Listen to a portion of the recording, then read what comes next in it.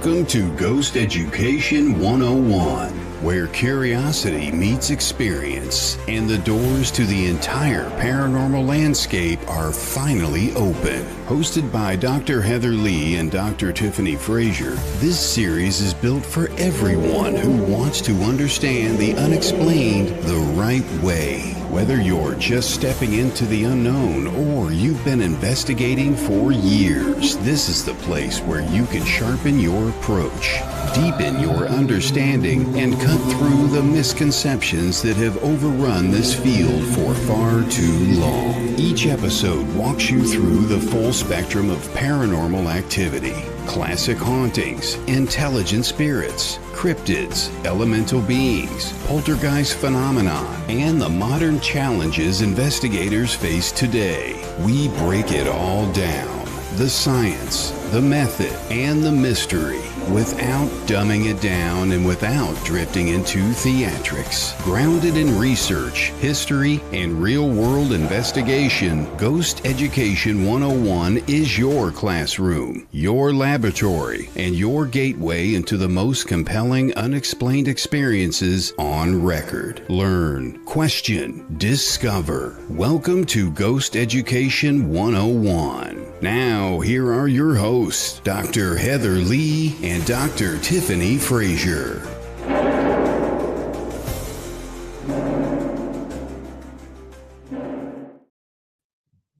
Good evening. Good evening. Hey, Tiffany, how's it going tonight? Pretty good. How are you? Good, good. I'm excited about tonight's guest, but I know I say that every week, but each week we just keep getting better and better, don't we? I love all our guests, but this is this special guest joined Ghost Education 101 a couple years ago. Yeah. Has brought us great presentations, and I always look forward to a different perspective to the paranormal because not everybody thinks about the psychology side of what happens when you have paranormal experiences. That's so true. Yeah, so, this is going to be a good one. Yep, like I said, each episode gets better and better, but better and better in its own different and unique way. Mm-hmm. So I'm not going to waste any more time. I'm going to bring Kevin on board. Welcome back to the show. Kevin, how are you doing? Mm. Can you hear us? I don't know why I can't hear you guys. Uh-oh. This happens a lot. I know.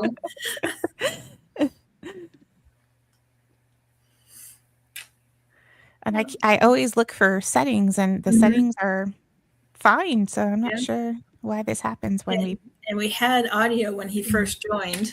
We did, yeah. iPhone, Mac, and AirPods. Can you hear me? Yes, we can hear you. Can you hear me? I feel lost. You can hear me, but I can't hear anything. Oh no. Should we have him? And it says that my mic is unmuted. Mm-hmm. Okay, let me see if he's reading chat. Okay. We'll get it figured out, guys.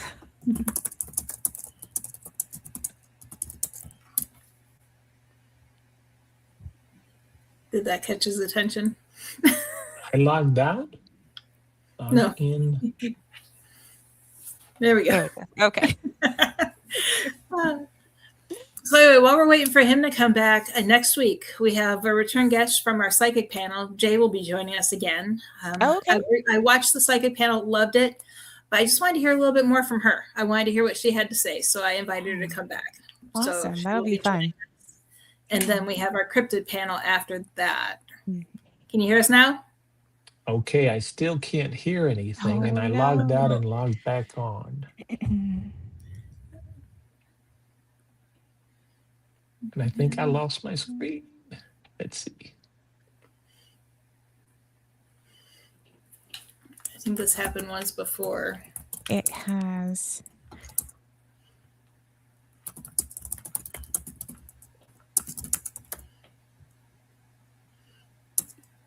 He's using AirPods, I'm assuming. Yeah, I see an AirPod. This is tough, guys. So sorry. No, you're fine. Not that you can hear us. Because I think I had that once a couple years ago that someone using AirPods and it wasn't working. Yeah. Oh, is he taking my... Okay, let's try that.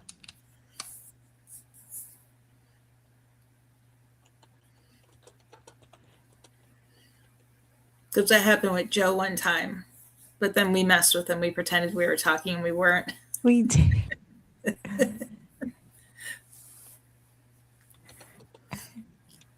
You may have to use computer audio. Okay, let me try that. Okay, hold on. That's exactly what I was going to say to him. I was typing that. And I see him trying it because he's on, I can see his share screen from his presentation. Yeah, I can see that. We're trying, guys. So sorry about that. Hold on, I'm going to try this Might again. have to contact StreamYard tech and ask them what's going on. Me. Can you hear me? We can hear you. Yes. You can hear me okay? I still can't hear anybody. Hey, let's try this. Let's see. I'm sending a quick message to help.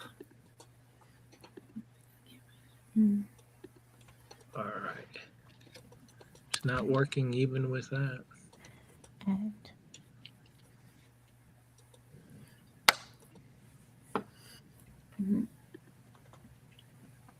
Okay. I guess what I can do is if everybody here, click on your settings, then on audio, and make sure the speaker's set for what you want.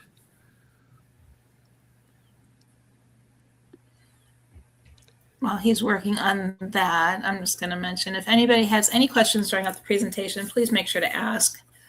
Another thing that I'm kind of curious about is we do have some open slots at the end of the year. So if anyone has anybody that they would like to be a special guest on our show that they'd like to see, or if they would be interested in being a special guest, reach out to us. AirPods.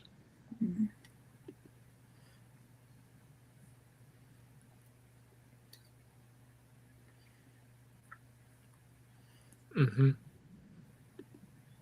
Okay, I'm doing that. I look and it has remove from stage, edit name, edit avatar, visual effects, stop mic. okay, I see what he's cooking. Okay. Okay, and we are working on this, guys. So please, please, please hang in there. I promise that we will get this up and running. So unfortunate here. I'm so sorry, guys. No, you're. Click on the settings tab at the bottom.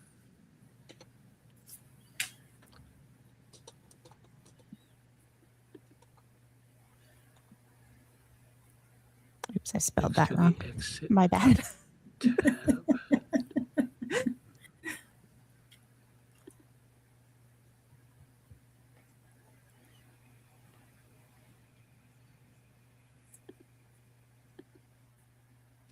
Can you hear me?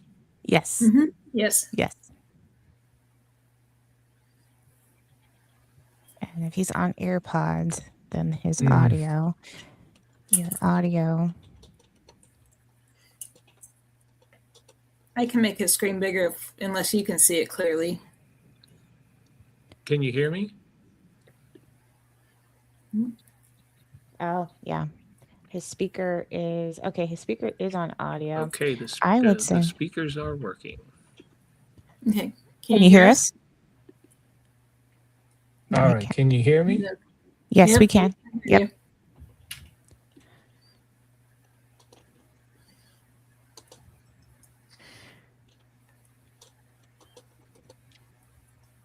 Yeah, it looks like it's not letting me kind of get started here, and I don't know why.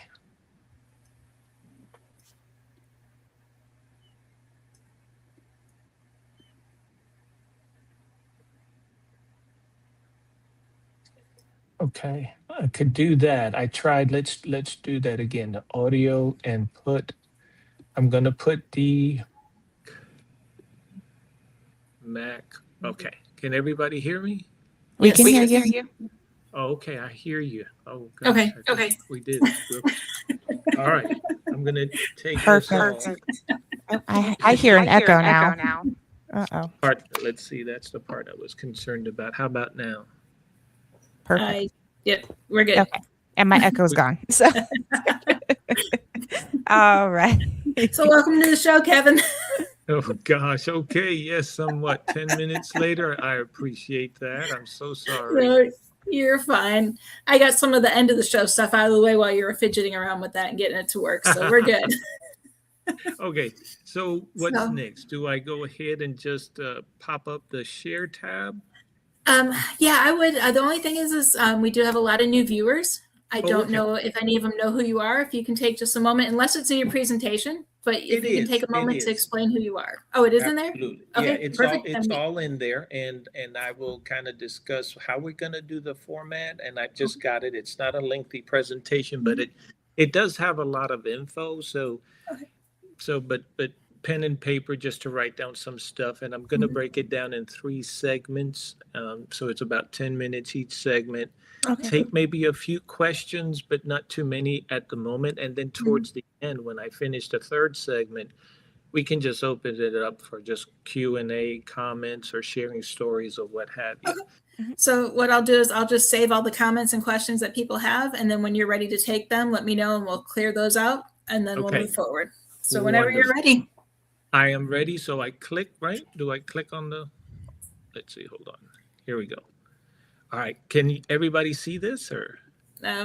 It's still on your screen that shows the StreamYard Oh, link.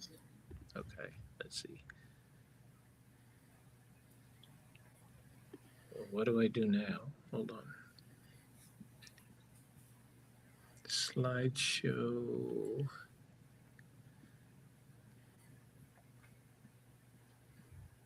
Oh, okay, all right, hold on. I was going to say, if not, we can stop sharing your current screen and then start from scratch if you want to. I've been here sort of in the beginning. I'm not sure where. Let's see. No, I want to go back.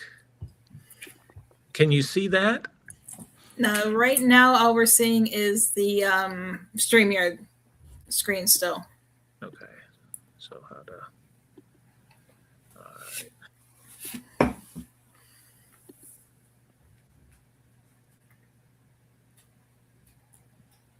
Okay, so I'm gonna kind of just step out here. Let's see. All right. So the last time I think I was now you can see me, right? So Mhm.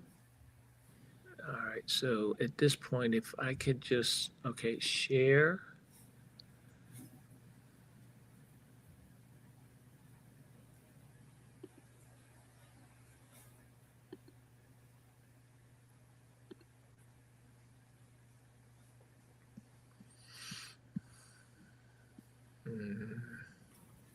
I don't see it now.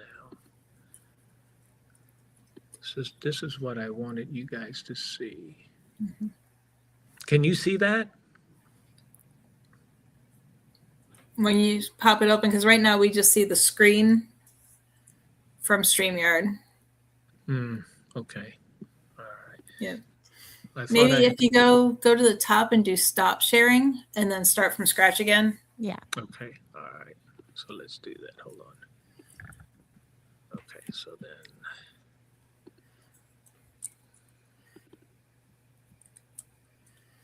All right. There's a button on the top that says share. And do I invite people? No, that's if you want to share it on your social media. So we got to somehow stop. Let me kick this out from the studio and stop your screen sharing. Oh, shoot. I just kicked him out. Oh, no. Oh, no. The universe is really screwing with us tonight. What's going on? I knew when I got home from work, I should have just gone to bed. Hopefully he comes back. At least I didn't hit ban from studio. I just hit remove. I was thinking I was removing his screen share. I didn't think I was kicking him out. Oh no. He'll come back, I'm sure. He'll probably think he did something wrong. Oh. There he is. I was about to email him. Sorry about that. I just kicked you out on accident trying to stop you from sharing. Let me see. Okay, let's see if I share screen, share, allow to share windows.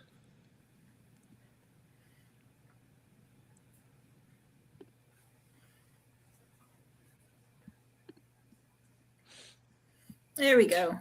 Yep, and then just hit slideshow, and that should take you to the full thing. Okay, now I can't see anybody, so so if you just let me know about the chats, and again, my apologies for this stuff. Yep, no problem. Okay, I'm just going to start, and like I said, this is going to be probably about 3 segments, and they're about 10 minutes apart. The first one is going to be a little bit more lengthy, but this is creating a safe zone for experiencers seeking mental health services. Now, just to share a little bit about myself, my name is Kevin Quiles, and I have been a psychotherapist for, I would say, over 11 years now. And before that, I actually served in hospice for 15 years. And so I've been working out there in the field for quite some time in different capacities. But what I do want to mention is that this is an educational presentation. This isn't therapy. And I want just to sort of contract with you, I want you as an audience to really take responsibility, and whatever you hear tonight, I would want you to verify the information and talk about it with either your therapist or your doctor or whoever, and never make any kind of changes when it comes to your mental health just by hearing a presentation. So this is just an educational piece. What I want you to do is just to write down questions as they come along, because I do it this might be new to some of you, and so I want to take it slowly, but at the same time I feel that this is really something I'd like to empower you with, so that if you are seeking some services, you're not just going to walk in passively and just take whatever they say to you, but you will have conversations with the professional in a way that would empower your treatment. So as for me, like I said, I started out a long time ago in a full-time residency program, and I did that at a psychiatric hospital for 9 months. It was a full-time residency. And then from there, I moved into hospice chaplaincy, and that I did that for 15 years before I entered the field of psychotherapy.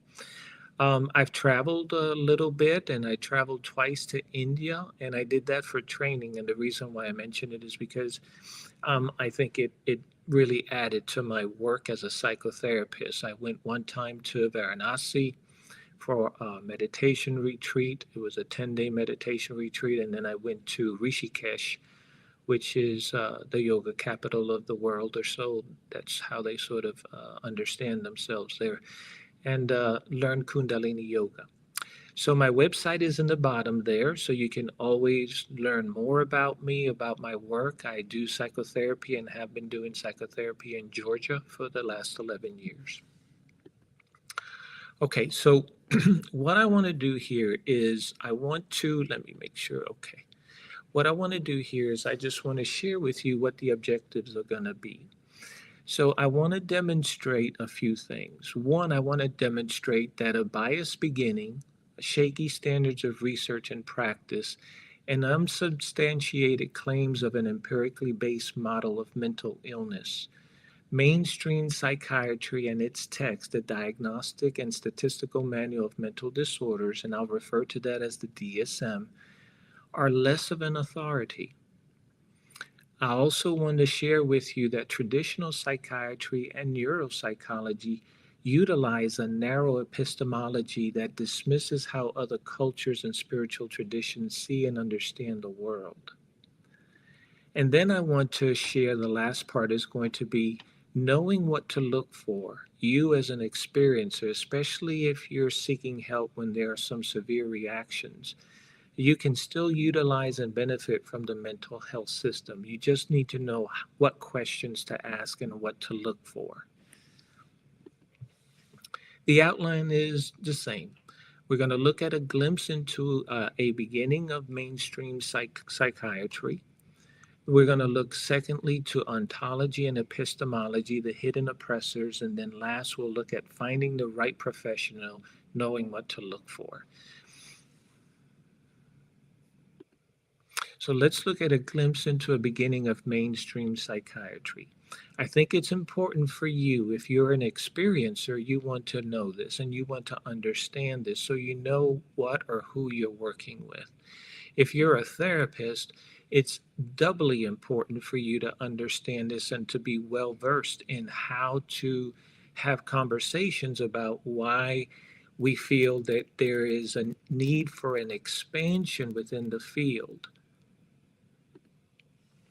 So, what later came to be known as psychiatry originated in the 1800s, and it was led by a group of European men or males, and later a few women. And they were seeking to explain human behavior using a specific ontology and epistemology. Now, I'll come back to that in the second segment, but I want you just to catch a glimpse of what that looked like. Now, during this time, remember that Black men, women, and children were not seen as fully human, and women were treated as weaker. So I want you just to watch and notice that pattern, that men are getting together to understand a very complex process, but in doing so, they've already eliminated two very, very important groups. In 1844, psychiatry was considered a medical specialty by the Association of Medical Superintendents of American Institutions for the Insane. Now, that was a load of words there, which later became the American Psychiatric Association. So, what this is really saying is that the APA, or the American Psychiatric Association, pretty much self-ordained itself. And then they combined, in this time period, they combined these mental processes with biological diseases. In other words, they were trying to understand the human behavior, the subjective, alongside of understanding biological diseases. Now, there's a book that came out, and you don't have to remember this, but I would encourage therapists to even get a copy just to see what it looked like.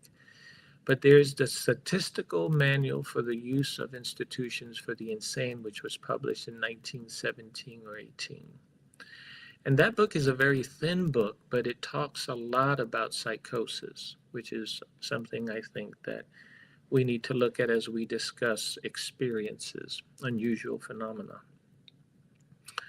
But this book is very small, and you could see the language developing even as far back as when it was published. You could see things like, and they often talked about psychosis with mental deficiency, they called it, psychosis with the nervous system. And it kind of goes on and on. Much of it is around psychosis. But you can see a development that I want you to remember, because when we get to 1980, something is going to happen with the DSM, as you know what that is now. Something happened where something became very official, and the way that psychiatry, mainstream psychiatry, would look at itself became the dominating theme of how they would function. Now, while they were sort of like exploring these processes and trying to combine biological diseases and the body and the subjective and human experiences, right? Psychiatrists, they began to sort of try to understand what is normal. How do we define what is normal?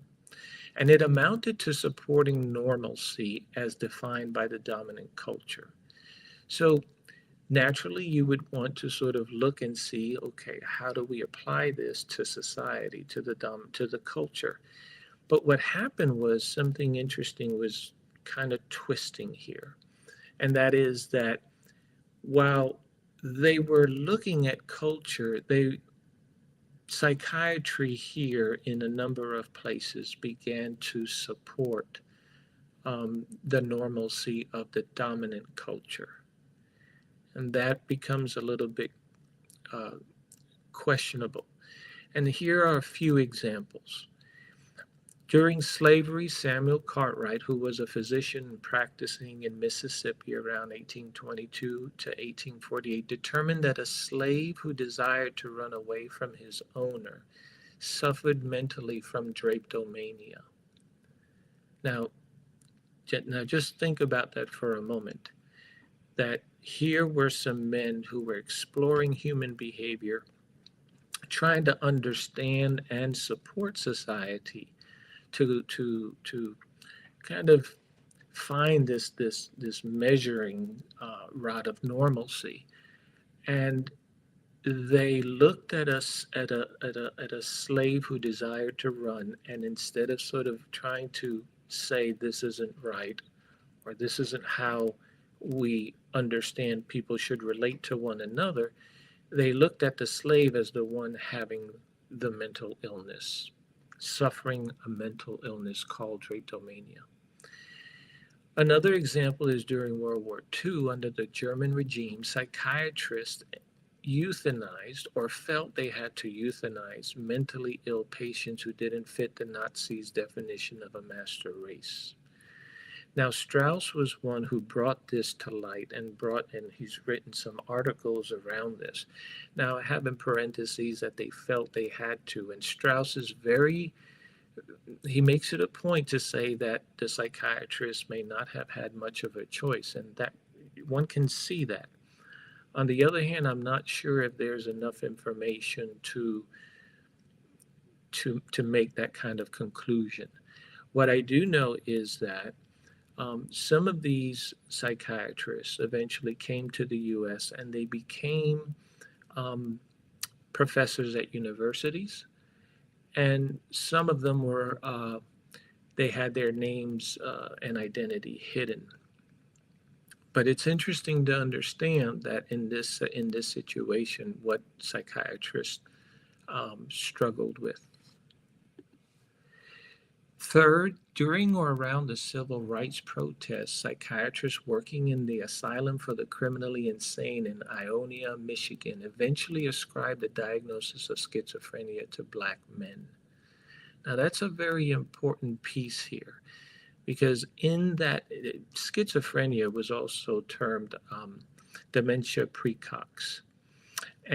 But it eventually became, in this particular asylum, they began to ascribe schizophrenia to Black men.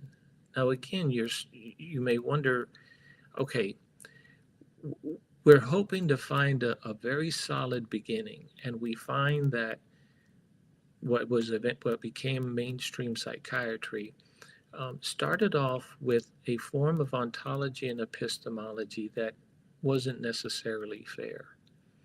And we'll talk more about what that looked like. Now we're looking at how they interacted with culture. And we see that instead of sort of trying to understand the human experience, there was this sense in which there was an ascribing of mental illness to Black men here. And in this sense, it was schizophrenia. Now, you would think, like, when a Black man would come to the asylum, that a Black man talked about, and I think that Metzel points this out, that there was a Black man that talked about people chasing him or lying about him. And the psychiatrist would just automatically write in his notes, paranoia. And little did the psychiatrist even pause to understand that the possibility of a Black man feeling like people are chasing him or lying about him was a very real thing, because Black men were being lynched and they were being lied about either in court or by police. But that wasn't taken into account. And so this becomes a place of struggle. What was happening to what later was known as mainstream psychiatry when this sort of twist and turn is taking place, and it doesn't feel like we're looking at things from, as best as we can, from an objective perspective. Now, Jonathan Foyles wrote a book called Misdiagnosed, and he states that schizophrenia and even drapetomania became a type of policing Black men or controlling Black men. Now, there are some who will be very strong in their charge against what eventually took place early in what later became known as mainstream psychiatry. But I prefer not to go there, even though sometimes the appearances might look questionable. But there are some who are very strong in their charge against the way that psychiatry was maneuvering back in the early days. And then there's the place of during a period in history when shows like Father Knows Best was about to air in 54. A couple of years earlier, the first DSM of 1952 officially pathologized homosexuality as a neurosis. Now, I want you to hear that again. What is happening? It feels like psychiatry is more or less supporting the dominant culture as opposed to working to create a healing environment for all. And homosexuality was removed from the DSM in 1973. That's what, some 20, almost 20 years ago. And it didn't come without, until there were people that were really protesting this. So now jumping to the DSM-3 in 1980. So you have neurosis, and you heard me use that word. Neurosis was dwindling because early on, the work of Sigmund Freud and neurosis was rather dominant for a few decades. But at the same time, there was another camp in which there was a sense in which psychiatry was longing to sort of be understood as a medical specialty. And in fact, they sort of classified themselves as such, which has a very strong medical feel to it. And so by the time the DSM-3 came, there was also some pressure from insurance that the work of neurosis, the psychoanalytic approach, was not serving the need for insurance to demonstrate that there's evidence for reimbursement. And so what you have here is that you have not only neurosis and the philosophy of psychoanalysis, but insurance pressuring psychiatry. So it's about this time that the description of a mental disorder having a biological cause becomes official. Now that is huge. Now, it's not to say that that wasn't hinted upon in the past, because schizophrenia was considered a brain disease by the 1960s. But it is in 1980 on the third DSM where you have the words that a mental disorder has a biological cause, which later which has the idea that there's a brain dysfunction or something that is not normal in the brain. But there was a bit of a concern, because at the same time, the DSM-3 talked about that for most of the disorders that are in the DSM-3, the cause is unknown. So we're starting to see some sort of a tension that on the one hand, that mainstream psychiatry was starting to say that there is a biological cause for mental disorders. In other words, there is something abnormal or a brain dysfunction of some kind, or a chemical imbalance, as you've heard probably lots of times. But we don't know what those causes are. So it's almost like saying there is something wrong, but we don't know what. Now, Robert Spitzer, who played a crucial role in the making of the DSM-3 and the DSM-3R, stated in an interview with James Davies, who is an author of the book Cracked, and it's a worthwhile reading. Robert Spitzer said that there are no biological markers or causes for most of the diagnoses in the DSM. Again, emphasizing that on the one hand, mainstream psychiatry is now claiming that a mental disorder has a biological cause. On the other hand, they're saying but we don't know what those causes are for most of the disorders in the book. So, on the one hand, mental disorders,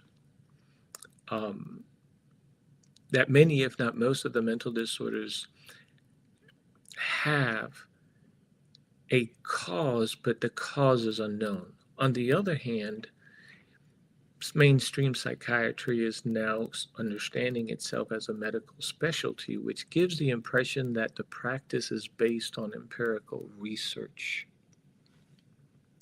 So there's this tension that mainstream psychiatry has not been able to solve. But is the DSM-3 empirically based? Now, Spitzer developed what was first called, because I want you to see, this is sort of an example of where the lack of research is really not, it doesn't support what mainstream psychiatry was wanting the public to understand, and that is that they are a medical specialty. But Spitzer developed what was first called brief reactive psychosis. It's now called brief psychotic disorder. And this is important because you hear the word psychosis in a pathological way a lot in today's world, especially when working with experiencers. Spitzer had a 40-minute conversation with two psychiatrists who were working in the same hospital.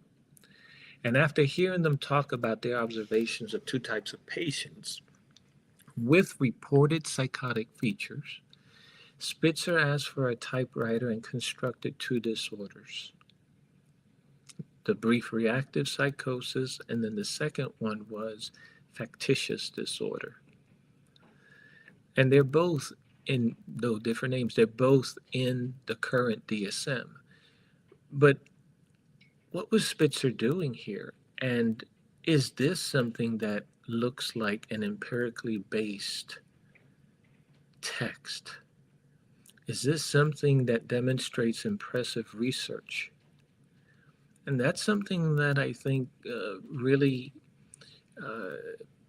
something that I think needs to be explored and discussed. So the DSM-3 describes it as when we talk about what a mental disorder is, the DSM-3 describes it as a significant behavioral or psychological syndrome or pattern in the individual, which then causes an impairment. And so it is different than a disease, right? Because when you go to a doctor, you talk about a disease. A disease is a measurable physical condition with an identifiable cause. But here we see mainstream psychiatry trying to really identify with really the medical field. But in doing so, not only do they not know what the causes are for the mental disorders that are in the DSM, but they're also struggling to even understand what a mental disorder is. There's a gentleman by the name of Alan Francis who is the author of the book Saving Normal. And he was a contributor of the DSM-4. And he stated that psychiatry has not clearly defined a mental disorder. And when you look at what I just read, even though it was paraphrasing, the definition of a mental disorder is quite vague. Now, in an interview that was transcribed in Wire magazine with Gary Greenberg, who is a psychotherapist, and he wrote a book called The Book of Woe and Manufactured Depression, Alan Francis said in that interview, there is no definition of a mental disorder. It's bullshit. I mean, you just can't define it. It has been a struggle and continues to be a struggle to this day to understand what exactly do you mean when you say a mental disorder. So if you can picture everything I just said, because I know I threw a lot of really like textbook type info, and I don't want to lose you, but if you look at everything that I just said, there's a sense in which what would later be known as mainstream psychiatry began with an ontological and epistemological approach. And it was one that was not, that dismissed really the ontology and epistemology of other cultures and other groups. At the same time, there was this need or this sense in trying to understand mental illness with biological diseases. And eventually, by the time 1980 came, there was a sense in which the mainstream psychiatry was claiming that a mental disorder has a biological cause, only we don't know what those causes are. Unlike a doctor who can locate when there is a heart disease or when there's diabetes or when there's cancer, they can look at the organs, they can study it, and there is an identifiable cause. What I tend to look at is that there is this thing where, do we need to understand mental suffering as a mental disorder, i.e., as something that has a biological cause such as a brain dysfunction? Do we need to understand mental suffering in that light? Joanna Moncrief, she wrote a book called Chemically Imbalanced, a very, very good text. But she emphasized that there was a time when circumstances and choices of lifestyle and unhealthy regulating of emotions were understood as factors leading to mental suffering. And there are a number of us in the field who don't draw to the DSM for the very reason that I just described. It doesn't have the authority that it is presented to the public. But there are plenty of ways of understanding mental suffering that doesn't have to equate to a biological cause. All right, so let me stop here. And I don't know if you have a couple of questions that we can take right now, and then I'll proceed. Yeah, no questions have come through yet. Tiffany, do you have any before we continue? I don't have any yet. I do have one that came up while he was talking, but I think I want to save it to the end because I want to see what else he has to say. Maybe I'll add to what I wrote down. Okay. All right. So let me move on then. All right. So then hidden oppressors.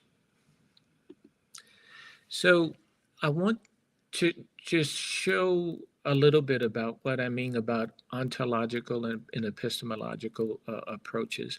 Now, over the years, it looks like mainstream psychiatry has worked hard to try to sort of correct content.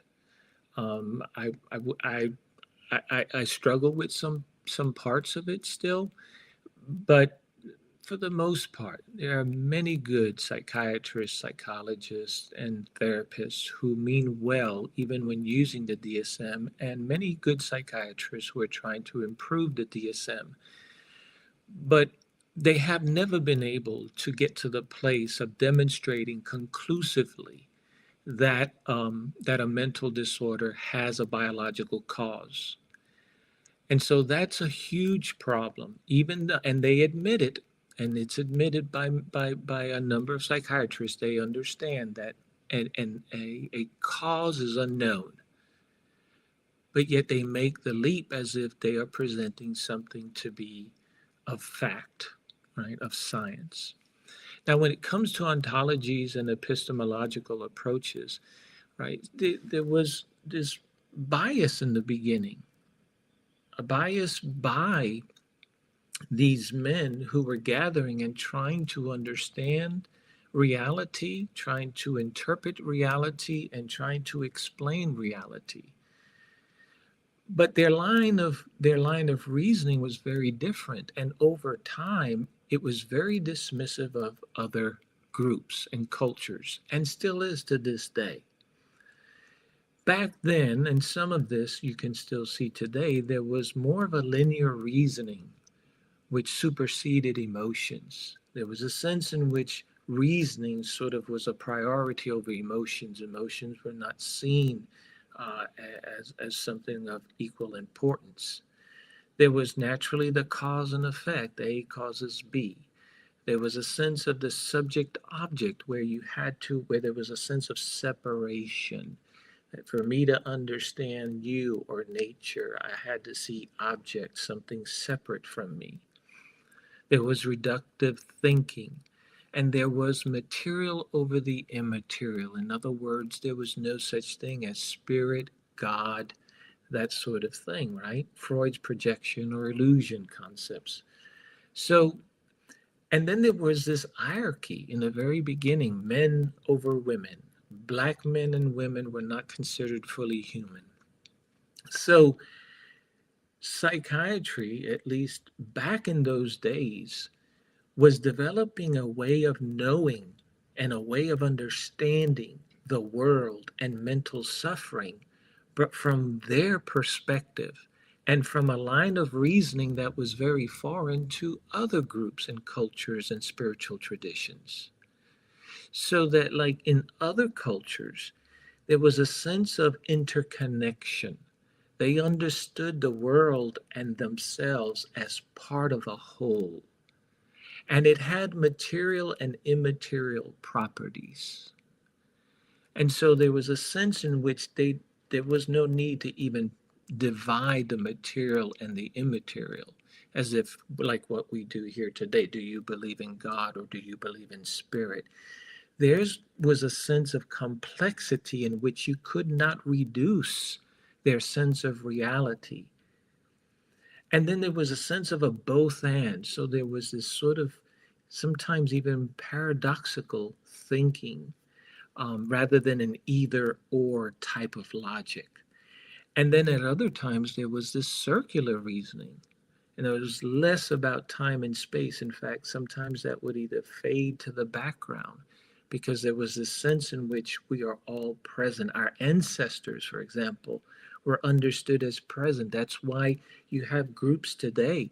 Marimba Ani points out in her book, Yurugu, that, there's a sense in which their ancestors are present. They speak that way because there's a sense in which time is time is a construct, but time is not something by which they understand their reality. And so there's a sense in which the way that psychiatry began was forming a way of understanding reality in which many groups and many cultures could not identify with. And so Western psychiatric epistemology involves that all the other cultures within proximity, right? Because lots of these cultures are represented here in the US, but that these other cultures were really, in order to sort of like deal with mental suffering, they had to adapt to this version of reality that was formulated long ago, and it didn't make sense to them. They didn't understand mental suffering and reality the same way that these men did when they were putting together this way of dealing with mental health. And so this sets at a disadvantage Native nations, African, Black and Brown communities, and Latin cultures who have this interconnected worldview that includes the material and an autonomous immaterial.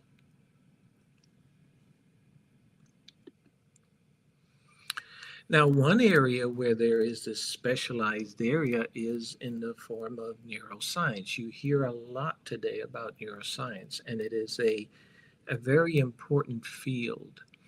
And so, but in doing so, neuroscience follows that more materialistic Western epistemology, which doesn't allow for alternatives that are represented in other cultures.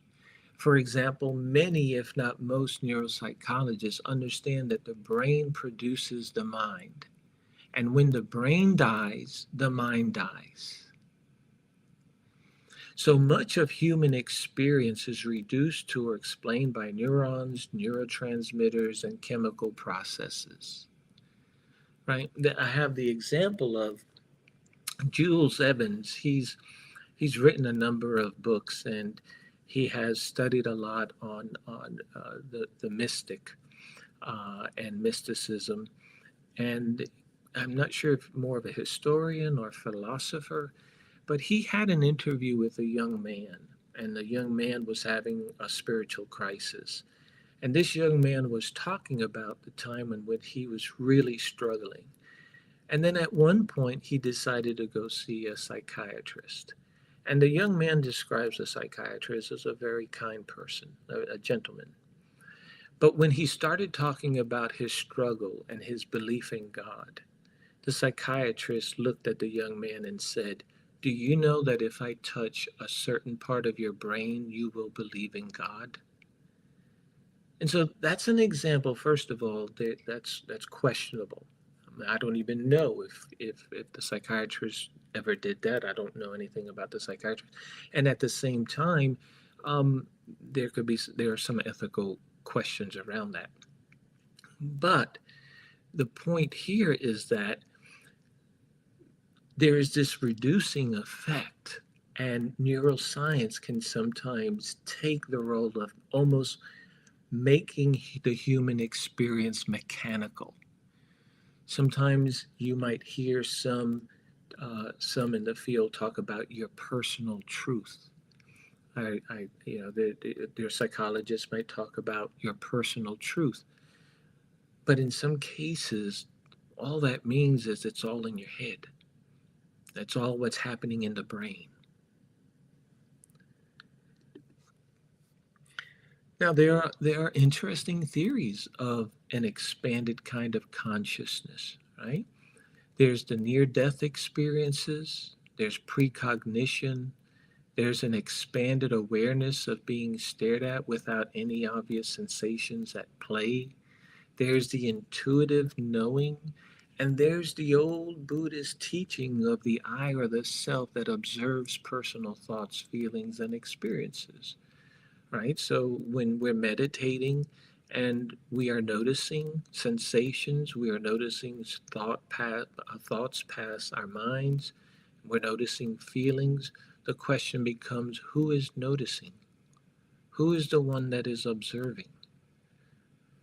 So to me, a refusal to entertain a more expanded view of the mind, to honor epistemological diversity, seems to have more to do with controlling the interpretation of the studies so that they remain aligned with mainstream psychiatric and psychological tradition. Another factor that is at play with neuropsychologists, and this is important also with regard to unusual phenomena, but there's this often cause and effect. A causes B. But when it comes to the brain, when initial or supposedly initial brain activity is detected, does that mean that the motion is causal? How do we know it's causal? The brain is so complex. Even an understanding of the chemicals and the hormones and the transmitters, everything that goes on with the brain is so complex that it's really risky to make simplified conclusions. But how do we know that when we see brain activity that one is a cause? Could the brain be participating with something else? Something external or autonomous yet immaterial? So that, say for example, if I say I experienced God, was it just some brain activity that was going on? Was it the God spot that some people have talked about, such as the psychiatrist who said, if I touch the brain, you will believe in God? Or could it be that there is something outside of me that is participating with my mind, with my brain. All right. So now, again, any questions or comments? We did have one comment from Ginger. She had said, something tells me Kevin is a fan of Isaac Preleltensky and Dennis Fox. Oh, why is that? Why is that? I'm not sure. She didn't elaborate. I hope she does. I hope she does. And I had a question, but you answered it with your second slide after that. So I don't know if Tiffany has any. I was basically wanting to know, when you were talking about the brain dies, the mind dies, if that defeated or contradicted all survival of human consciousness studies and beliefs. Mm-hmm, mm-hmm. Yeah. Because right, and that's it, the concept that the mind is a product of the brain, and that when the brain dies, the mind dies. It certainly negates the immaterial or ongoing consciousness, right? And we see people talking about how they have either, they were declared dead clinically, or they were under such anesthesia. I think of a story of a woman. I saw this, and I forgot where it was because I want to give it reference, but where the woman was kayaking and she was underwater for 20 minutes, but she could see what was going on above the water. Mm-hmm. And so there's a sense in which, there is some pull to this, right? That even though we can't explain it, there's some pull. But neuroscience is so Western epistemologically driven that it dismisses the immaterial. Yep. It doesn't allow for that. And so this is important because when we talk with say, a psychologist or a neuropsychologist, or with a psychiatrist, we have to understand that while they are well-meaning folk, they're good people, they're going to hear the story of the experiencer from a very different perspective. Mm-hmm. The client, the experiencer, will come in and will be talking about, I had this experience happen to me. They will be hearing it, number one, from an epistemological approach that dismisses the immaterial. They will not be looking at it from the same angle as the experiencer, and there will be no place for that narrative to be then transformed and utilized to help the client live with the story and use it to grow and advance in life. They will just simply think, this is happening in your head. Mm-hmm. And we're going to get into psychosis in just a minute. But then what happens is that there is this sense in which the whole process of pathologizing the experience, because mainstream psychiatry basically says these things don't happen, therefore it is pathology, it is psychosis, it is delusional, it is hallucinations. They call it everything. But again, remember, their epistemological approach is geared to deny the experiencer from the very start. Mm-hmm. Yep. Yeah. And I mean, we could talk about it later too, after all of this, but I had a similar experience to what you just mentioned about her being underwater and knowing what was happening above water. Mm. But mine was, I went into surgery at 6 years old and I was unconscious going into surgery. And I could tell everybody what happened in that room while they were doing the surgery, because I remember seeing it happening as it was going on. Mm-hmm. Mm-hmm. Yeah. See, that's incredible. Mm-hmm. Yeah. That's incredible. Yeah. Yeah. And you hear of stories, and Bruce Grayson points, he's a psychiatrist. He wrote the book After, where he really captures and studies the near-death experiences. You hear of that. Now I'm okay to sort of like look at some of the material from a skeptic standpoint, because we don't just want to jump and say, oh, look, there's the evidence. Right. No. But at the same time, what does neuroscience do with this stuff? Mm-hmm.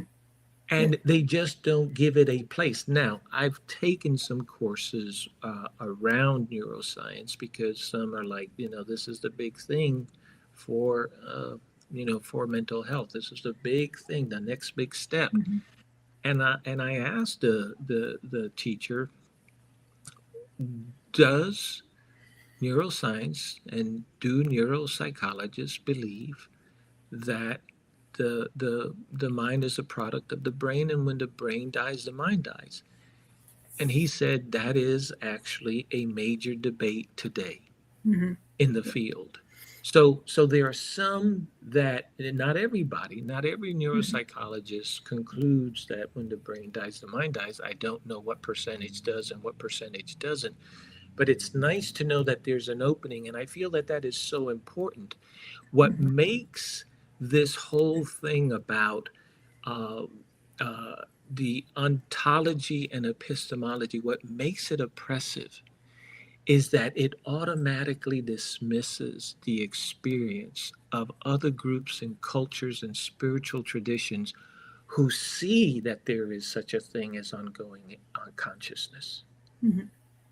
And Okay. so, wouldn't it be nice to see that perhaps the model might be that mainstream psychiatry may make room to where people, experiencers, and people from other groups and other tribes can receive help from mental suffering without negating their experience or their sense of reality. Mm-hmm. Okay. Yep. And Ginger actually got back to us real quick before we continue. She says what she meant was, it seems like you might be interested in critical or radical psychology. She can appreciate anyone who thinks outside the box and challenges the status quo. Thank you. Yeah, totally. And I always try to find a way to present this information in a way that's really like simple, but I sometimes struggle with that because you can't help but move into some dense material and to jargon that is difficult to sort of grasp.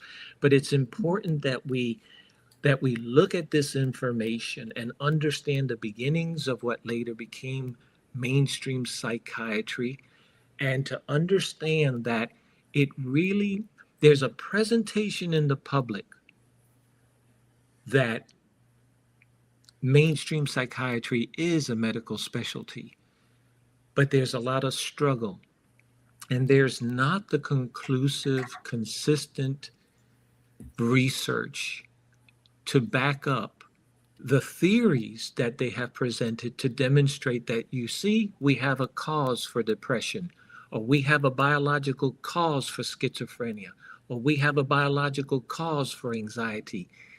To this day, decades and decades later, they still struggle with that. But the public is under the impression that it is a medical science. Okay. Yep. All right. So I'm going to move now on to the piece of psychosis. Knowing what to look for in a professional. Now, the reason why I mention psychosis is because that is, when an experiencer has an encounter, sometimes there's suffering, sometimes there's struggles. Now, the good news is that in light of everything that I said, that there are psychiatrists, there are psychologists, and there are therapists who are sympathetic to the experiencer. They want to provide the kind of care that you need and that you want. These are some things that you can look for, because remember, you don't want to be passive when you're looking for somebody, and you don't want to be passive in your treatment. You want to ask questions. You want to co-create a treatment plan. And these are some things that you can look for, or you can formulate these into questions. But this is what I would look for. These professionals who are sympathetic to the experiencer, they recognize that conclusive and consistent evidence to explain mental suffering as a brain dysfunction or abnormality is lacking. 2, they see mind and brain as distinct but working together, the former carrying both local and expanded properties. 3, they recognize that unusual experiences occur and that they carry transformational potential even when unusual encounters bring with them transient, yet sometimes severe symptoms to credible and well-functioning individuals. 4, they are aware that while in some cases mental suffering might explain a reason for an unusual report, they also recognize that in some or perhaps many cases, suffering such as trauma, depression, anxiety, or even a history of psychotic episodes are not automatically the cause for unusual phenomena. Why? Because such events are understood in and of themselves to occur. 5, they understand that both a history of mental suffering and unusual phenomena can legitimately coexist side by side. And last, they have an expanded view of psychosis, namely that it could reflect or be a part of the unusual phenomena, such as in mystical experiences, spiritual crises, or as Stanley and Christina Groff called it, spiritual emergency. There's altered states, there's trance, spirit possession, out of body. That psychosis is not just about representing hallucinations. That's the traditional approach. That's mainstream psychiatry. I'm suggesting here, and I think others have suggested it in different ways of saying it, but what I'm suggesting is that some of us understand psychosis not just to consist of hallucinations, but as sometimes reflective of or part of the unusual phenomena.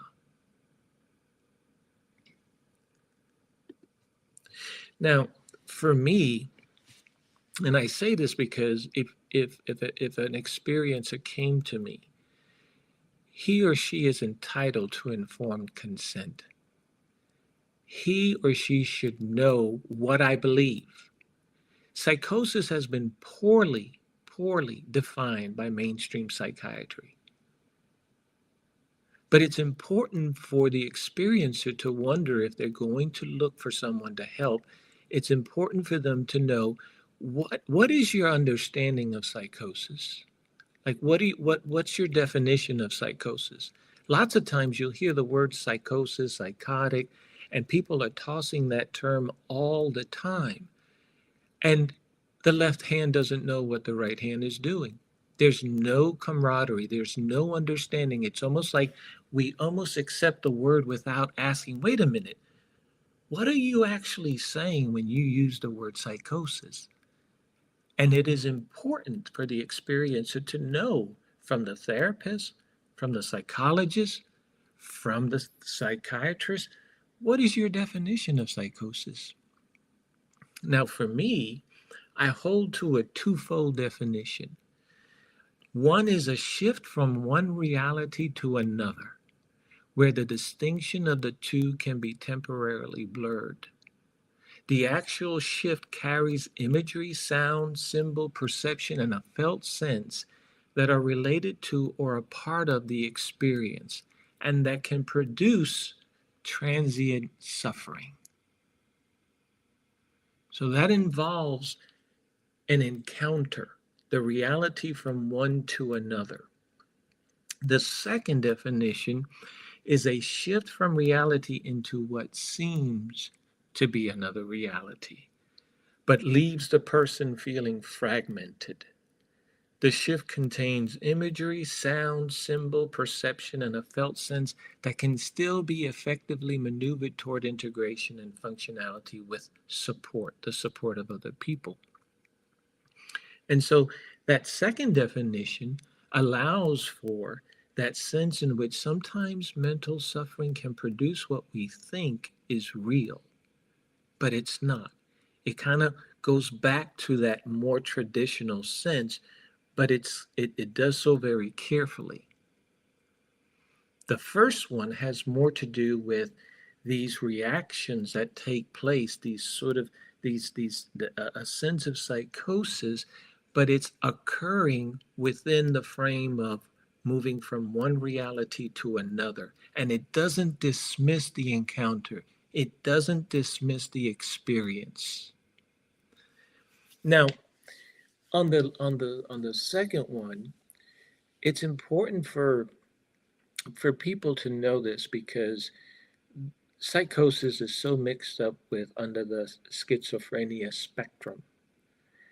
But in truth, there have been, back in the 60s, like I said, there was a sense in which mainstream psychiatry was understanding schizophrenia as a brain disease. You see that push again into the biological cause. But the evidence, the conclusion, there's been no conclusive evidence for that. And there are places where you can argue about the dopamine and about the brain volume to demonstrate that there's no consistent evidence for that. The other beautiful thing is that there are a number of studies where a percentage of people who have been diagnosed with schizophrenia, they actually recover, and they do so without medication. And so that in itself, again, really challenges this sort of biological model. But some sources, if there's anybody out there who wants to look into this and study more about how to help someone who has been diagnosed with schizophrenia, there's so much conversation about, neuroleptics or antipsychotic meds that can be so harmful. Here are some places where you may want to go. There's a network called the Hearing Voices Network. And this is a really good network of people who have been diagnosed with schizophrenia and deal with the voices that they hear. But they've developed a relationship with the voices. They don't consider themselves as mentally ill. They work with the voices that they have, and they're successful. I went and I did I think it was 6 days worth of training. And I sat at the feet of these folks, and these were some beautiful, beautiful people. And they shared how they learned to understand the voices and to relate to the voices. And sometimes in the very middle of the class, they would say, I'm hearing one of the voices right now. They've learned how to successfully regulate and manage their experiences. Then there's a book, How to Become a Schizophrenic by John Muldrow. I think it's now in its 3rd edition. A very good text that demonstrates, and he struggled as well with the illness, but he ended up demonstrating how it is not a brain disease. It doesn't fit that biological model that mainstream psychiatry has wanted to put it in. And then I think most of you probably know about the Beautiful Mind, the movie Beautiful Mind. I found that movie fascinating, and how he learned to understand how to work with his internal experiences. And he used accountability. Do you see what I am seeing? And there were supportive people around him. They say that there are other countries that are more successful than we are when working with someone who has been diagnosed with schizophrenia. France, Italy, India, and there are others. Why? There is this sense of community. They're not in isolation. We here in the US, we're very individualized. But in other countries, they all kind of as a community help the person, make them feel a part of, because isolation is very, very huge when people are suffering like this. Okay, so then I would also share what my model is. I don't know if you can see the little arrow that I'm moving, but I would also want to share this with the experience. This is how I understand my work. I work very much with the unconscious, and this is how I understand. And I share with them. This little arrow above here is the conscious mind, and then everything below is the unconscious. And I am a diehard believer that the unconscious governs more of our behaviors and our experiences than we think. However, I go beyond this. A lot of I was going to say approaches, but things like humanistic psychology, psychoanalysis, there are people that do not subscribe to the biological model of the DSM, but they will only say that this is all they're working with, the unconscious and the conscious mind. I include the more expanded mind. And in this expanded mind, people can have experiences on a conscious level, such as, did you hear that? I heard something. Or did you see that? I saw something. And then also, there's a sense in which, and also in the conscious level, there's also a place where it's like, I sense something and I can't tell you what it is. Something feels, and they go on to describe it. On an unconscious level, where a lot of stuff works, there's a sense in where, like dreams, but rather than saying, I had a dream, there are times that we are given a dream. There's a difference between that.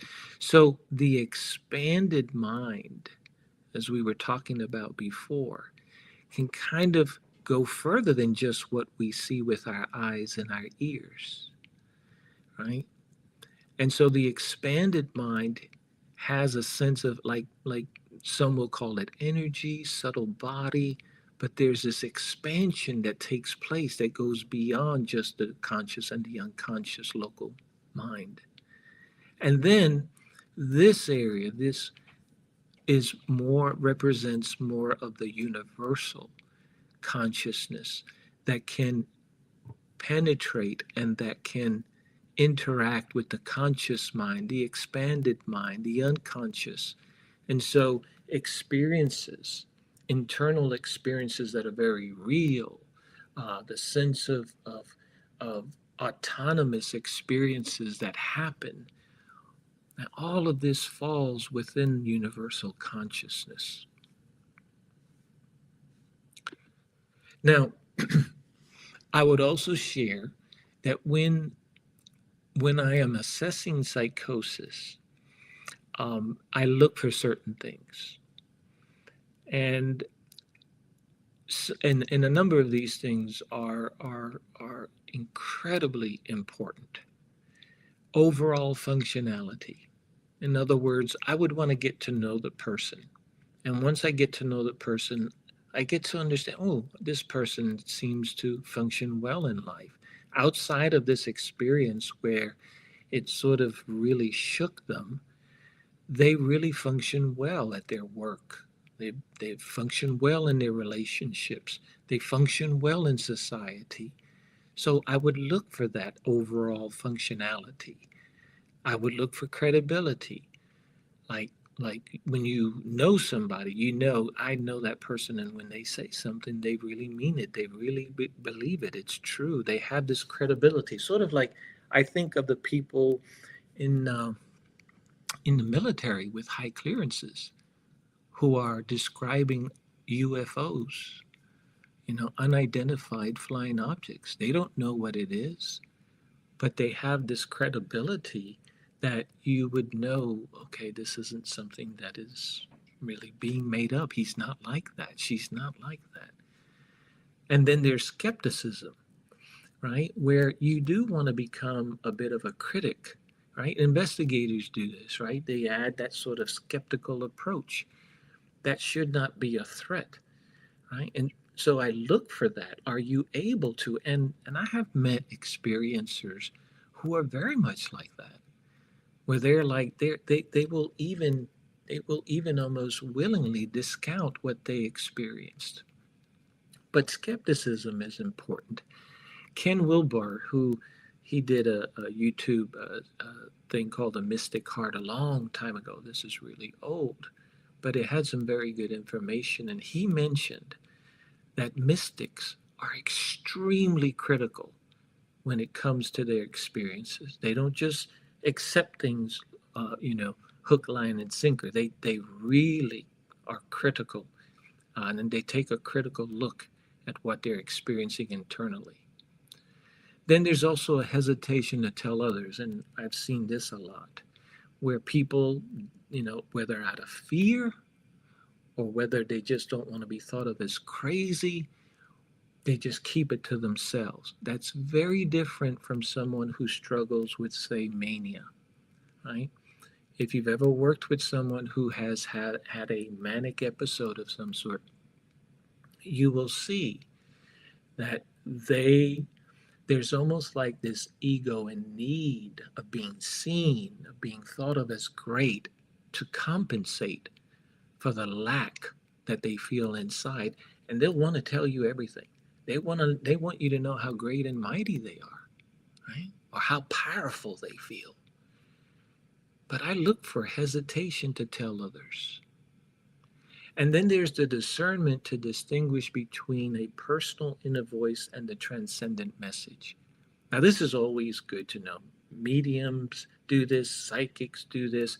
There's a way in which you want to know, yeah, that's my voice inside. That's how I think. But, I wouldn't say that. I wouldn't use that word. I don't speak that way. It felt very not me. And that is an important distinction to make. And then after working with the client, right, the outcome is always important. And I look for the client to become purpose-driven and meaning-making rather than unmotivated.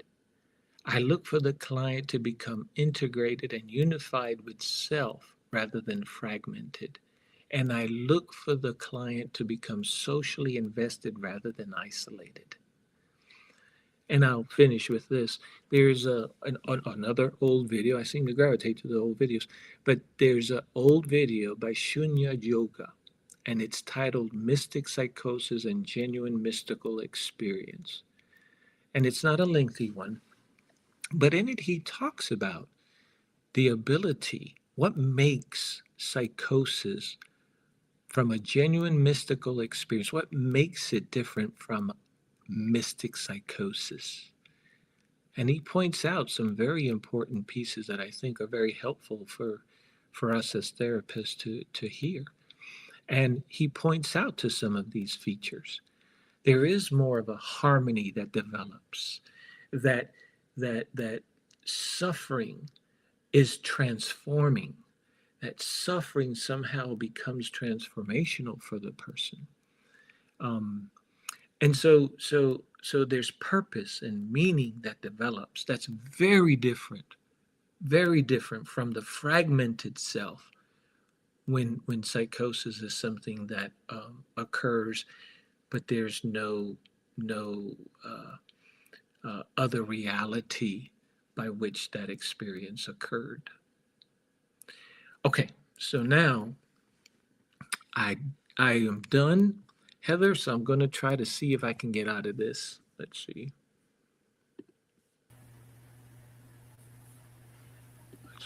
There I am. Okay. I was going to say, it pulled off of our side. But okay, so all right, so I know I said a lot, and I know that there was information that may sound very foreign. I hope to be able to sort of share this more and more with people. This has nothing to do with targeting folks and disrespecting folks, but I think it is fair to critique mainstream psychiatry, especially when it makes claims that it does not really have at the expense of people, including experiencers. Right. An advocate Yeah. for the experiencer. Yeah. And you actually said something at one point that triggered a question, and I'm going to read it because it's lengthy, because as you were talking, I was just like writing out everything that was coming to mind. You said we still cannot define a mental disorder. And I wrote, we also can't define the location of consciousness. And for folks out there who aren't aware, the location of consciousness is debatable amongst basically everybody. Some terms: local, meaning is it in the brain? Non-local, is it outside of the brain or body? Then there's another theory of like, is the brain just a receiver, and the consciousness is both local and non-local? But it's a whole other story. But if we can't define a mental disorder, and we cannot define consciousness as to where it is, why do we tend to lean so much toward labeling people with a psychological disorder when they experience phenomena, and not look at the state of consciousness and how someone is experiencing their reality? And what steps does society, need to take to look deeper into people's experiences and not just label them as it's a psychological disorder? Right. There's again, that's a dilemma that I find myself struggling when I talk with people about, when I tell experiencers, seek support. Seek support in the mental health field, but the mental health field, mainstream psychiatry, is geared for the very reasons that I showed. It's geared to pathologize the experiencer, because the epistemological approach is bent towards dismissing the immaterial, the unexplained, because mainstream psychiatry has been so strong about demonstrating that it is a medical specialty alongside with physicians, alongside with other medical specialties in the medical science field. They push for that so much, and I don't know. I want to say I have a theory around why, but there is a sense in which, just think about what would happen if mainstream psychiatry let go of that. What do you think would happen if they were to say to the public, we don't know, we don't have a conclusive biological cause to explain depression? Even though they throw the serotonin theory around, but that is not conclusive. There have been studies that demonstrate differently. And so whenever you have research, like, I'm not saying that there's not research that might suggest that it is, but whenever you go as far as to say there is a biological cause for depression or for schizophrenia or whatever, you have to have research consistently say that. And it has to be conclusive so that nothing that comes up again is going to contradict that. And there has been research that says we're not sure. I don't think we can go there. Now, the experiencer, though, has to know that, and that's why I say you need to know how to find somebody who will be sympathetic to you and slow to pathologize, slow to use that kind of language.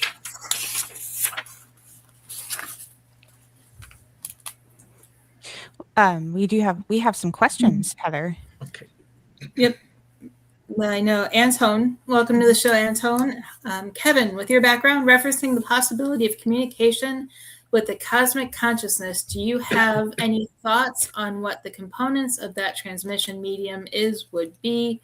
For example, magnetic, electromagnetic, photonic, some or other unidentified, I'm assuming some or other unidentified energy. I don't. I think there's a lot of mystery there, and I don't know what it means. Even when I use that model that I showed about universal consciousness, I think what Tiffany was saying is very, very, very important. You hear a lot about universal consciousness, cosmic consciousness. We don't know what that is. We don't know how to describe it. So I don't know what all those pieces are, but what I would say is that in our investigation of that, I want to encourage you to watch the way you process that information, because we are so engulfed as well in the Western epistemological approach that we will look at information and we will investigate in a way that could dismiss another way of understanding consciousness. For example, a lot of cultures talk about having this interconnection, being one with, right? Where time and space dissolve, and there's a sense in which past, present, and future are now, you see? And there's a sense in which if we stick with the Western epistemological approach, we will reduce information and we will seek for either or forms of logic and cause and effect. What about paradoxes?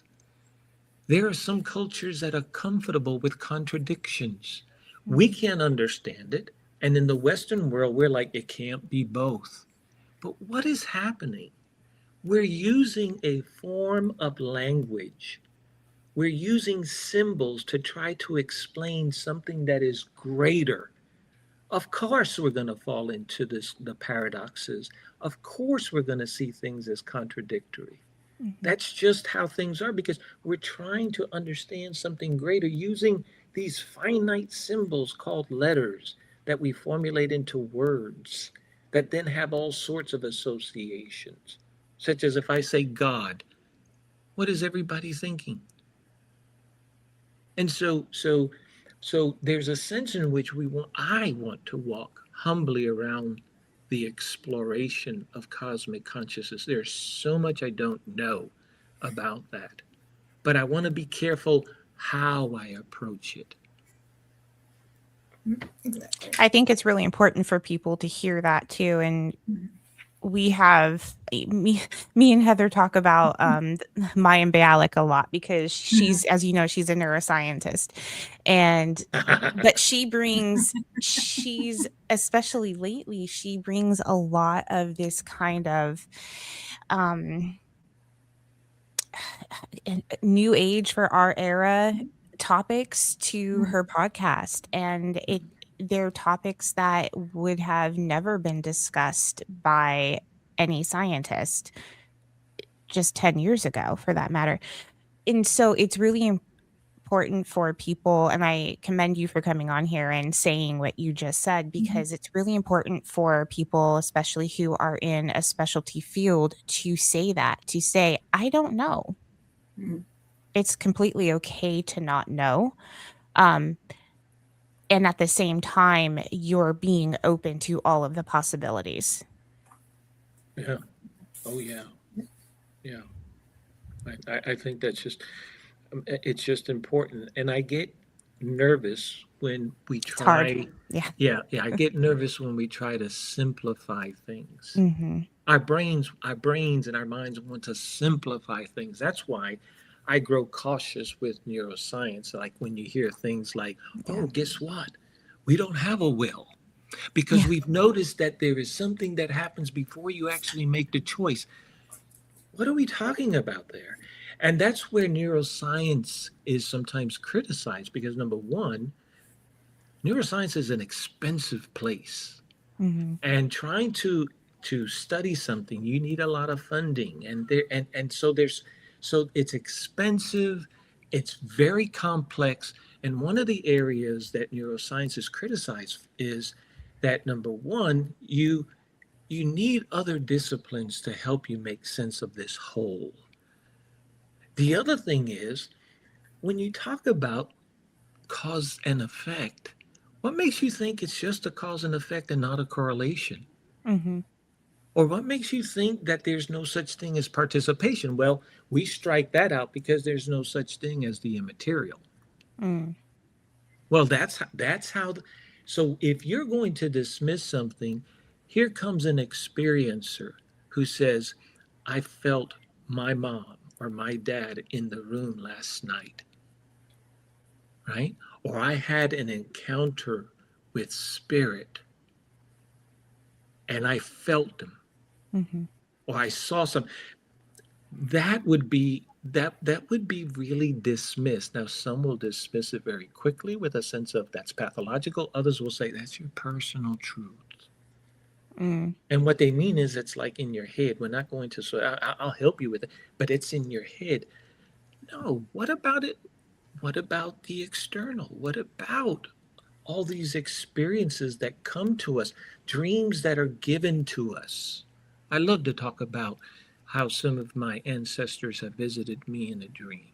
I love to talk about some of these beings that have come to me, and it felt so real and it's so vivid, so different that I say, "Oh, a dream was given to me," i.e., an experience came into my unconscious. Mm-hmm.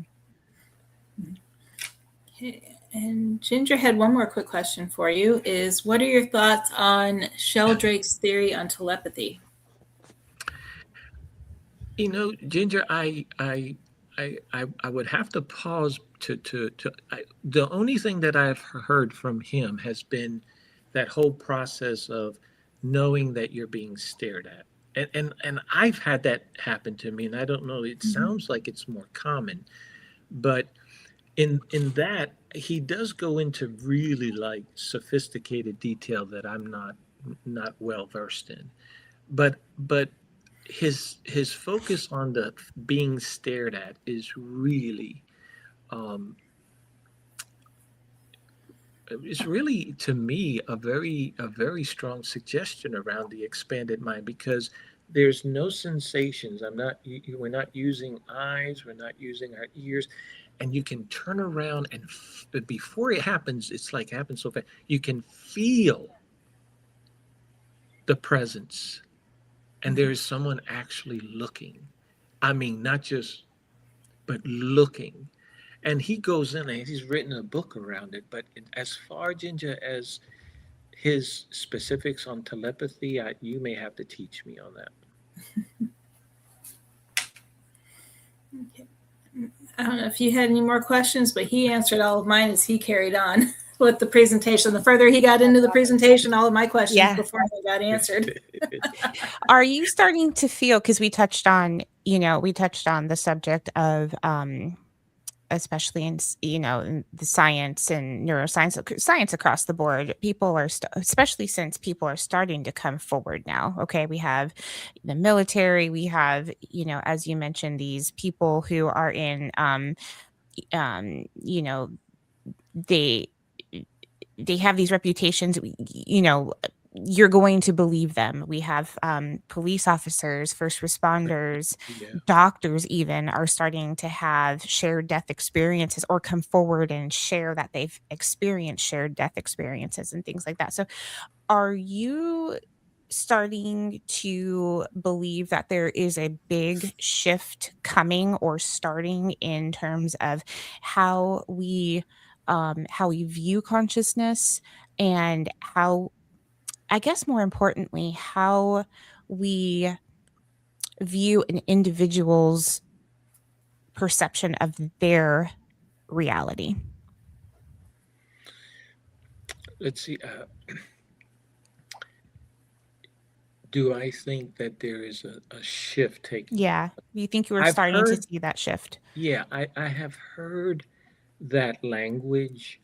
I'm not sure what to do with that, Tiffany, because um, I don't fully understand what that means. There are some that talk about it, And certainly there are more people talking about it. There are more people bold to share their experiences and that sort of thing.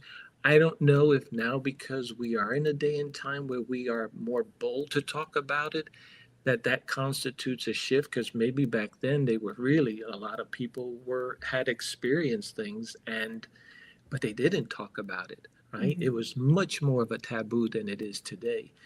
I don't know what the shift is. I hear a lot too about disclosure and things like that are coming. I'm skeptical around some of that stuff, and especially when it comes to UFO material and the politics that is going on. People are sort of waiting for the big revelation. I just am skeptical around that. I prefer not to get into that aspect of things for sure. But whatever is happening, I want the experiencer to be heard and to be seen and to be honored. Again, I mean, it's not like we closing our eyes and just accepting everything and anything. There are times when people are suffering, and they're suffering in a way that it seems like what they're seeing is real, and it's not. That does happen. But at the same time, I don't care to see someone who has had a genuine experience to be dismissed because of mainstream psychiatry saying that such things do not exist, or all we have is the material, what we can observe. No, there's immaterial things. There are things that are happening, and it's wonderful to empower people in their experiences. It's wonderful to empower their narrative. So what would that look like? How can mainstream psychology support people, whether they have a diagnosis or they are on medication or not? How can mainstream psychology support an experiencer better? Well, I would say it would take a lot of shift, because mainstream psychiatry does not have room for the experiencer. He or she will be pathologized, and that's it. See, and that's the struggle that the field, and there are exceptions, but I'm talking about mainstream. Right. There are exceptions, but mainstream psychiatry will listen to an experiencer and will dismiss their experiences as something biologically wrong going on in the brain. And it's usually, and it could be anything from some form of psychosis, usually some form of psychosis. And so the experiencer is not validated. Right.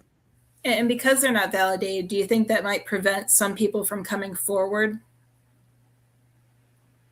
So like to get help?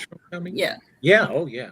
Oh, yeah. And I mean, you have probably heard of it too, but there have been experiencers who have been hurt by the mainstream psychiatry, psychology, and therapy. They have been hurt by that kind of stuff. And so that's why I had that list of how to sort of go shopping for someone, because you do want them to articulate to you. You want to know that there is someone that has the idea that there's an expanded consciousness of some sort, that these experiences can happen. Right? You don't want somebody just to say, yeah, if I touch this part of your brain, you will believe in. Yeah. You don't want that kind of stuff. So I want to know, what do you believe? And if they say that, I go shopping somewhere else. It's important, because otherwise the experiencer will fall into the trap of being pathologized, given a diagnostic code, and maybe even medication. And then Ginger has a quick question. This maybe a long answer because I know you have a lot of experience in it, but can you talk about end-of-life visioning in hospice? It's so interesting. That's a wonderful question. Let me see if I could. I worked in hospice for 15 years, and that is actually more common than people might think. But if you've worked in hospice long enough, you will see, patients reaching up or talking. Now, here's what I found out in my experience. I found out, first of all, that the person was reaching out. When the person was reaching out and talking, and sometimes you could hear the mentioning of the name, I would sometimes, because the patient wouldn't be able to do this, I would sometimes ask the family, do you know who George is? Because she was calling George. And it is there that they'll say, oh my, that was my grandfather. Or that was my uncle. The other thing that I noticed around those, they call it deathbed visions. The other thing that I noticed is that most of the time when they were calling somebody or reaching, and I found out from family members who they were, most of the time these people had already passed. It wasn't like they were talking about George and George just left the room. And then the third thing that I found out is, and others people will see this too more so if you work in it, and that is this kind of experience seemed to happen shortly before they pass. Yeah. And so now the medical field has its issues as well, and they will understand that as hallucinations, probably drug induced or what have you. I saw so many of them so comforted by the experience. Comforted by the experience. Call it what you will, but if I'm in my deathbed and I have a smile on my face and I call for someone who's passed away and I love, call it what you will. I'm happy. Yeah. Yep. Yeah. I remember I was in the hospital once, and my roommate at the time, she was in hospice, but they brought her in because she broke her leg. And while she was in there, she was talking. And the nurse kept coming in, telling her to be quiet. You have someone else in here. And I'm like, no, she's fine. And she was talking to like a group of people that were there visiting her. And the scariest part was one night when I woke up, I could see them standing there. So I was like, oh, okay, now I know who she's talking to. But she was so happy. She was laughing and having a blast talking That's to awesome. whoever was there watching her. And That's really neat that you could see them too. That's really. I wonder if that's more common for you, like if you actually can see. I was there with her for 3 days, and it was only on one night that I woke up and I could see them. And it was just for a short moment, and they kind of faded away, but it was, it kind of was neat to be able to experience what she was experiencing at the same time. I agree. Yeah. Nice. Yeah. Anything else, Tiffany? We got about 5 minutes before we need to start wrapping up. That's all I have. You did a fantastic job in answering and going through everything. So. Yeah. Thank you again. It was a great presentation. Anything else you want to share that we might have not covered? No. I think I think I covered everything. And again, I would tell people, if you're a therapist, become very well versed in this area. Not in the name of this thing about if you talk to a colleague, you want to have some good stuff. Not simply, well, they're just not enlightened yet, so they don't understand, and they will kind of stuff. No, you need to give an account. I almost tell people, prepare yourself as if you were to go before the board. How would you explain yourself? They don't have to agree. Right. You want to give them some serious stuff. Yeah. Right? And then for the experiencer is really, one of my goals is to make sure that you do get the help that you need, right? That you get the support that you need, but that you don't get caught in the trap of pathology. Mm-hmm. You need support, you find it, Mhm. right? But just understand how the system works, so that you don't get trapped, and then it wounds you. And it's important for family members and supporters to also understand that and know how to find reliable sources, because a lot of times, especially people dealing with severe mental disorders, they aren't in a place where they can do that. So having a really good advocate, somebody who can speak for you if needed, help you find doctors, is really important. Oh yes, oh yes, and they're out there. So you just Mhm. have to do a little bit of Yeah. homework. Once you hear that they're sympathetic to the experiencer, Mhm. it doesn't mean that they are, that they're not going to do a type of an assessment to make sure that there's no true mental suffering, right? Like that Right. something that you need.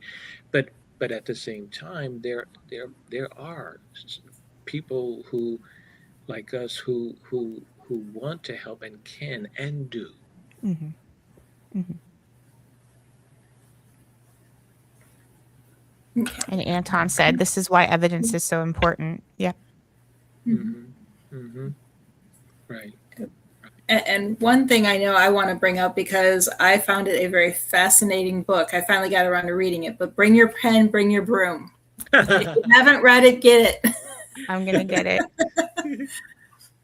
I couldn't, the first time we had him on, I couldn't believe I found this while I was researching you. And I just couldn't believe that you wrote a book like that. And I had to go get it. And oh my goodness, I love it. That title alone is okay. I'm going on Amazon tonight.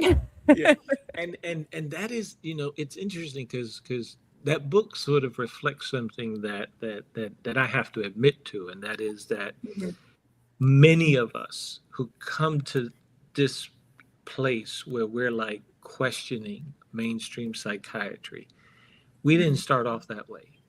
I wrote, and I would literally talk about, you know, mainstream psychiatry and the DSM in a way that was sort of part of my practice. And now it's very different. So there are a few pages where this is how I used to do it. But for me, it's more now very different, because now I do have a critical eye. And I think mainstream psychiatry is not what it said it is. And I talk to clients about that. But that in that book, I had that old speech of, well, this is what you do. And then if you take medication and you feel good, then it's working. And not that I'm an expert in medication, that takes a whole nother conversation, and that I am not the person to talk to. But there are some good books. Joanna Moncrief, Chemically Imbalanced, is a good book. That one. And there's also another book by Robert Whitaker. He goes deep into some of this stuff, but there's a lot of conversation. And then a good book for people like they call it more of a lay book, but Paula Kaplan was a psychologist and a feminist, and she really advocated for informed consent. And in other words, she advocated for mainstream psychiatry to be open and transparent with patients. And that's a really good book. It's called They Say You're Crazy by Paula Kaplan. Oh, I've heard really of good that book. one. Okay. Yeah. Perfect. But yeah, definitely go get that book. That has my 5-star stamp on it. Thank you. Okay. Well, thank you everybody for watching. Again, thank you, Kevin, for joining us. Again, amazing. Thank you, We'll Steve. definitely have to have you on. So when you have a new presentation, let me know. I We'd love will. to have you back on. Good to see you, Yes. Tiffany. Good to meet you. And thank Good to meet you. everybody who really stayed up. I mean, it's 11 o'clock here, but Yep. thank everybody who joined us. Yeah. And anybody catching the end of this, you can always go to Ghost Education Ghost Education 101 on YouTube. The replay will air there, as well as the replay will stay on Facebook for about, what are they keeping them on for 90 days now for the I think lives? so. Yeah. So it'll be there, Give or but take. otherwise it'll be archived on YouTube. So, Right. but Thank you again, everyone, for joining us. And as I mentioned earlier, next week we're bringing back Jay. She is coming back on May 6th. Oh my God, I can't believe it's May already. So we can ask the questions we didn't get to ask her when she was on our psychic panel a couple months back. So thank you again, everyone. Y'all have a great night. Good night. Bye, guys. Thank you.